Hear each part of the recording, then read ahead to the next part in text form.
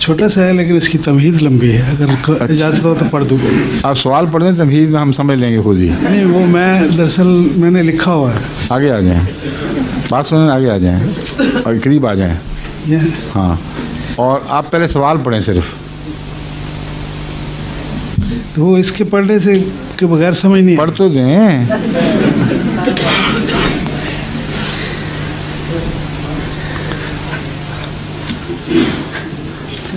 اللہ تعالیٰ نے آدم آپ نے کو پھر پیدا تمہید کیا. پڑھنی شروع کر دی ہے. ہاں جی، تمہید پڑھنی شروع کر دی اوپر سے.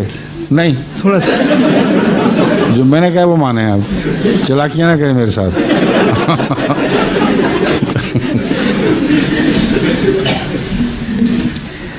تو میرا سوال اصل یہ تھا کہ یہ ہے. ہاں، کیا ہے؟ اللہ تعالیٰ سورہ سجدہ میں فرماتا ہے وَلَوْ شِئْنَا لَآتَيْنَا كُلُّ نَفْسٍ هَدَاهَا حَقَّ الْقَوْلُ کل نفس ہداها. كُلُّ نَفْسٍ کلا نہیں، کلا ہونا چاہیے. كُلُّ نَفْسٍ هَدَاهَا حَقَّ الْقَوْلُ مِنِّي لَأَمْلَأَنَّ جَهَنَّمَ مِنَ الْجِنَّةِ وَالنَّاسِ أَجْمَعِينَ. ٹھیک ہے. تو اس کے متعلق میں نے یہ نہیں، تمہید میں سمجھ گیا بات آپ کی. تو کیا یعنی اللہ تعالیٰ نے یہ سب خود یعنی ارادہ کیا تھا کہ اس طرح میں کروں گا، اس طرح ہوگا؟ تو پھر آپ نے سارا قرآن نہیں پڑھا؟ سارا قرآن پڑھا. وہاں اللہ تعالیٰ نے رحمت کے متعلق بھی یہی بیان فرمایا ہوا ہے کہ اسی لیے ہم نے انسان کو پیدا کیا تھا تاکہ اس پر رحمت کریں.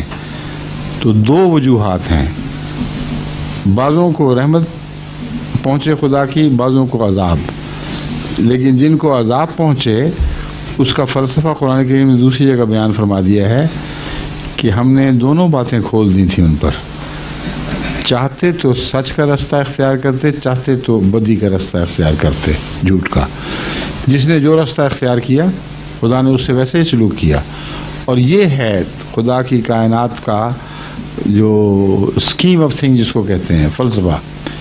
حق القول، خدا کی یہ بات لازماً سچی ہو کر رہنی تھی کہ وہ لوگ جو بدی کو قبول کریں گے ان سے جہنم کو بھر دیا جائے گا.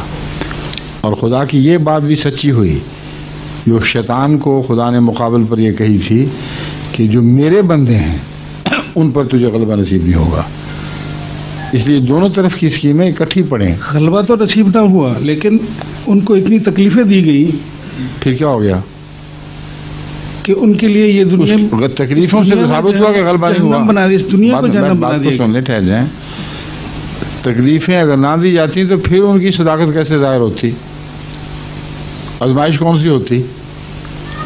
آپ کو اگر کھانے کی طرف بلایا جائے اور آپ آ جائیں تو آپ کی سچائی کہاں سے ثابت ہوگی؟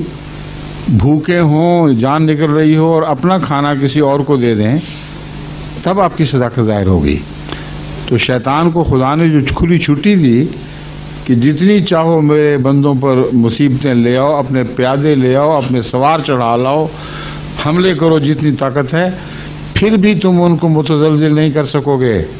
یہ تکلیفیں ہی ہیں جو ان کی صداقت کا نشان ہیں. ایک حدیث کے مطابق بس آپ کی عادت ہے بحث کرنے کی، میں بحث نہیں کروں گا.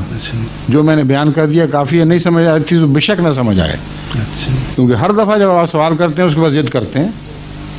یہ آپ کا وتیرہ بن گیا ہے.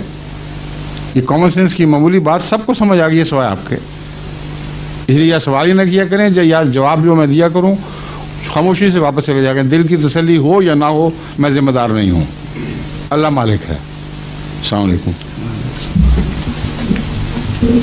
اچھا جی، اب اجازت، خدا حافظ. السلام علیکم.